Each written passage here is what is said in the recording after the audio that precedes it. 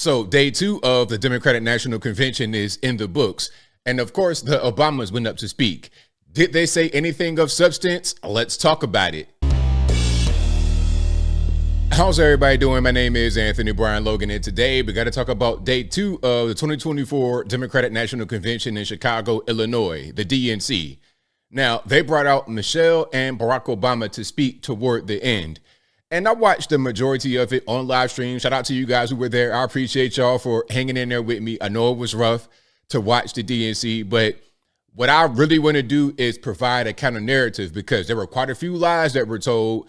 There was a lot of misinformation spread that has been spread for many years. So I had to come on and just debunk it whenever I could.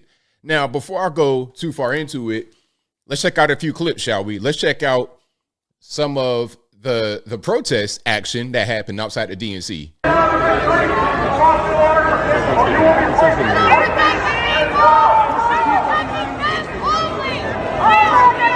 So quite a bit of security, a lot of police presence, as you see.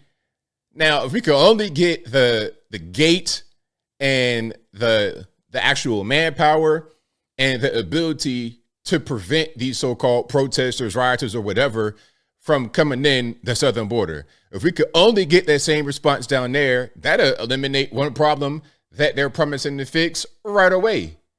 And it'll be a more effective method than what they preach. Now, this guy right here, this young guy, his name is Merrick Hanna.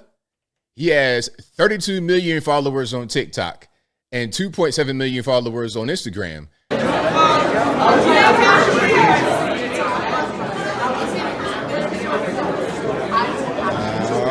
Alrighty, so there we go. Got a little dance action right at the DNC. Okay, so shout out to the young kids who watching that. If you appreciate that dance, let me know in the comments.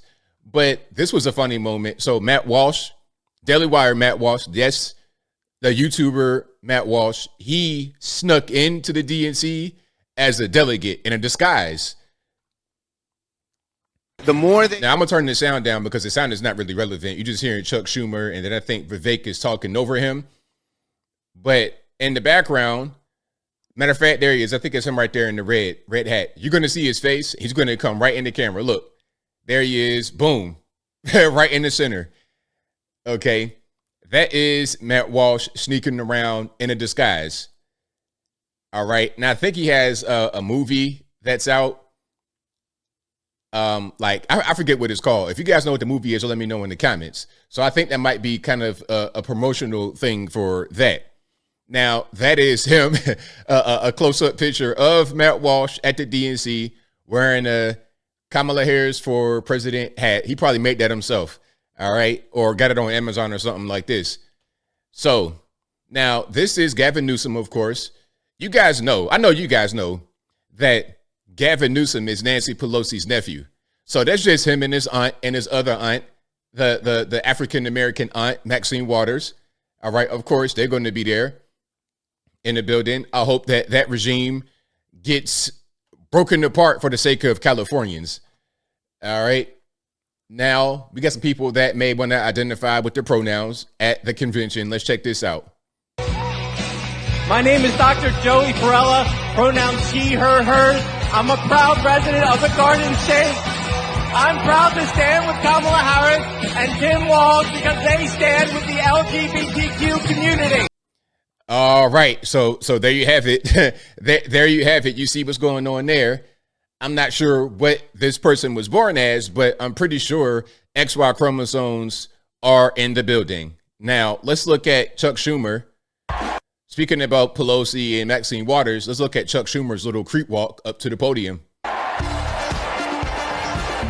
right, turn that music down because they were. Hey, one thing I'm gonna say positive. One thing I'll say positive about the DNC. I don't want to just be like I'm roasting them. They had really good music. Okay, they had a really good DJ. He was playing some good music, especially in the beginning where they were doing the roll call for each state.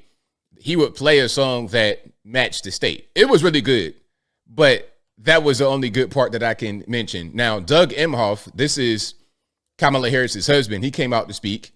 Well, you know that laugh. I love that laugh. And you know what laugh he's talking about, the cackling from Kamala. I'm sure he loves that laugh. His speech was really kind of dry. It was just like simp stories of how they first met. But he ain't talk about how he got his nanny pregnant from his first wife. He ain't talk about that. Now, I don't know where the oops baby is. I'm not quite sure if she deleted the baby or what's going on. Or it could be like a Arnold Schwarzenegger type situation where the baby gets raised and becomes a super alpha, but that's a different story. Anyway, shout out to Doug Emhoff. And here is Kamala. Now, Kamala and Tim Walsh were at a rally in Wisconsin. I think they were in Milwaukee. But the DNC is in Chicago. So this scene was played on TV at the DNC, but she was not at the DNC last night. You understand? She was in Milwaukee, Wisconsin, if I'm not mistaken, during her own rally over there. We believe in a future where we lower the cost of living for America's families. And when I am president, I will bring down the cost of groceries by making sure markets are competitive and fair. But look, though, you're already in office right now. You're the vice president right now. Why can't you just go 10 steps down to the Oval Office and talk to your man and say, hey, man, can we get those groceries to come down or what?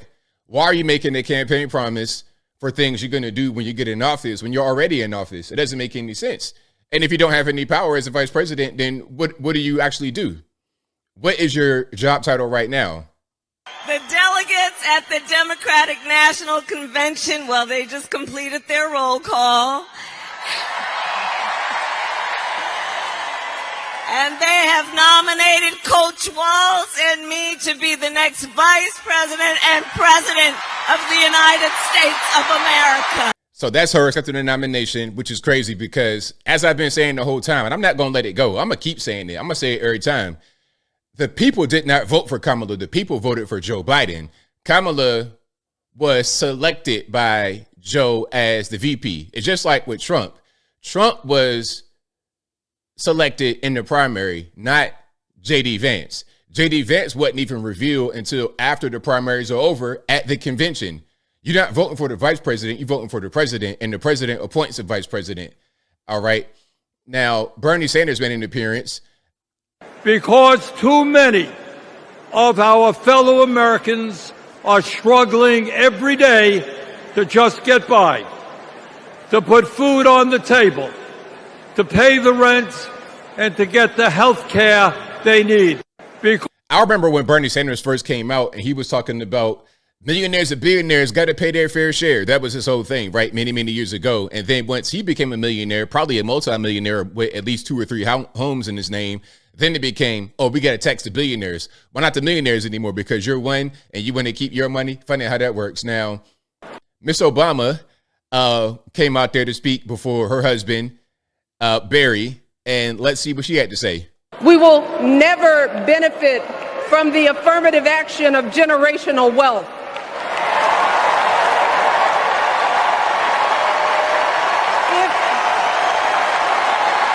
Look at this guy right here.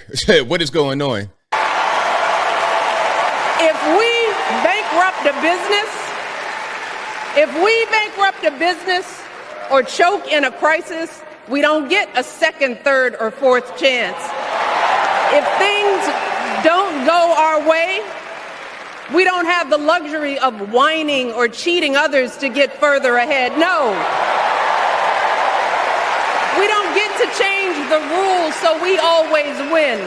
If we see a mountain in front of us, we don't expect there to be an escalator waiting to take us to the top. No. We will. Now, her speech, everybody's speech last night was full of fluff like this. No policy, just fluff, pure fluff, all of it, 100% of it. And there were some policy points that were made, and that's when I was able to chime in and give my 2 cents on it. But when they were just talking fluff, it's like, well, what do we do with this? Now, here we go. We have Obama. This was a pretty crude moment, in my opinion, and it was weird. Let me play it, and let me tell you what people were thinking and what I was thinking. There's the childish nicknames, the crazy conspiracy theories, this weird obsession with crowd sizes.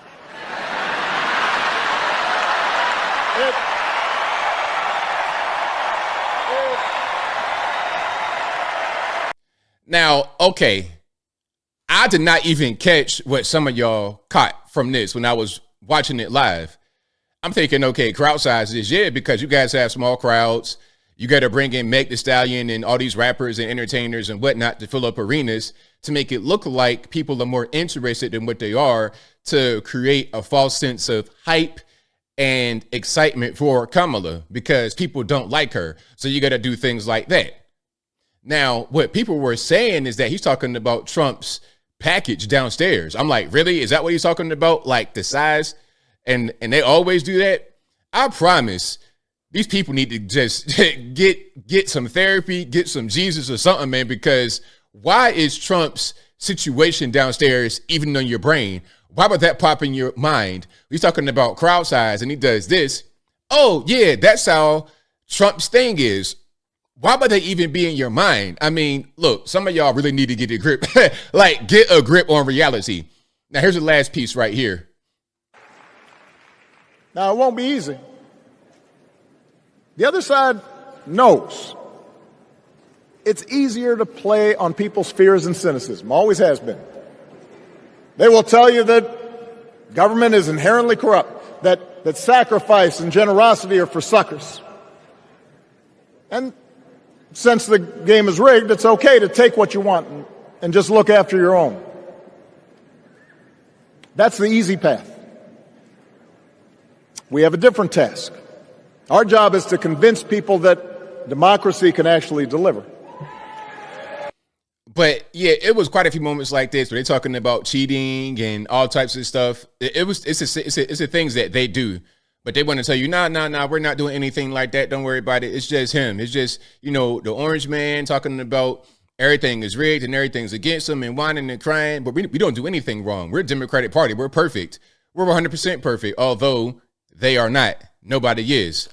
But as I close, I want to say this. Shout out to everybody who was able to stomach the DNC last night. It was really rough.